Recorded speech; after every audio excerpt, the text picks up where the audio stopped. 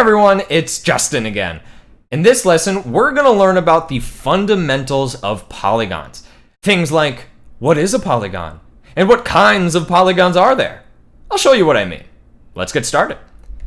By the end of this lesson, you will be able to classify polygons based on their sides and angles.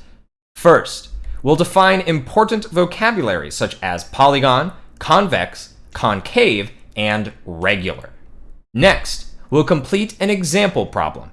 Finally, you'll learn a little more vocabulary on your own by completing an activity in your notes template.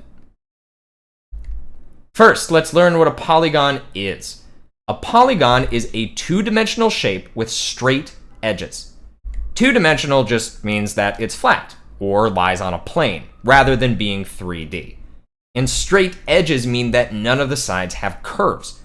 So, which of these are polygons? These shapes are in your notes template. The directions in your notes template say to circle the shapes that are polygons and write a little explanation for those that aren't to explain why. Pause the video and do this now.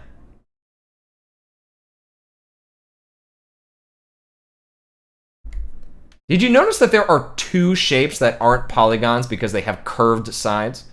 Which ones are they? Right, it's these two. They are not polygons, so let's get rid of them. Now all that's left are the polygons. Let me spread these apart a little more so we can talk about convex polygons and concave polygons. Here we go. Convex polygons have all interior angles less than 180 degrees.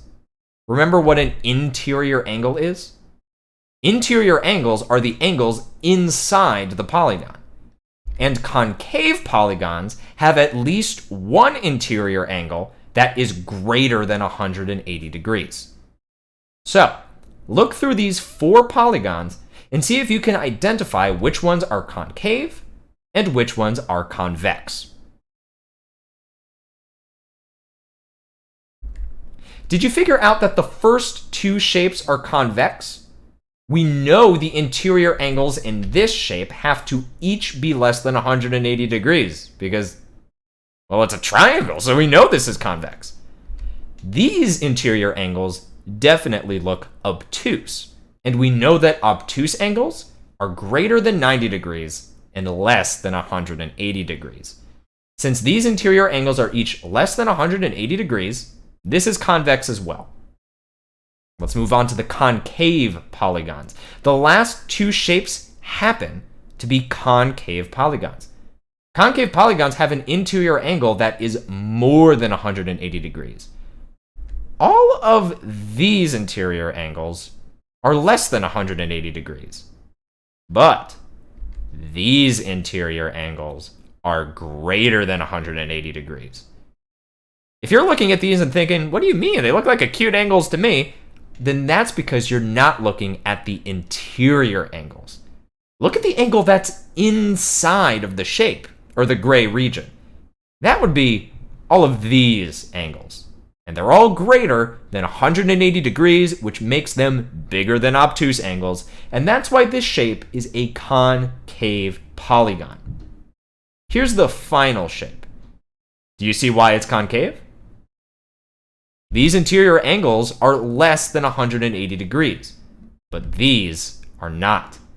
Again, remember not to look at the angles outside of the polygon, even though that's probably where your eyes want to look, but rather look at the interior angles, which are each definitely larger than 180 degrees, making this shape concave. Also, remember, a polygon only needs to have one angle like this to be considered concave. These examples just happen to have more than one angle that fits this description. Now that we know that these first two polygons are convex and these last two are concave, we'll move on to just focusing on convex polygons for the remainder of this lesson. But let's do a little recap first. We can make a little diagram to help us organize what we've learned so far. Let's have this area represent all shapes, even shapes with curved edges. Here were our examples. Then, When we focus in on polygons, the shapes with curved edges get excluded. We also know that there are two categories within polygons: convex and concave. All polygons will fit into one of these two categories. We'll mostly be focusing on convex polygons with interior angles less than 180 degrees, so let's get rid of these two concave polygons since they had at least one interior angle greater than 180 degrees.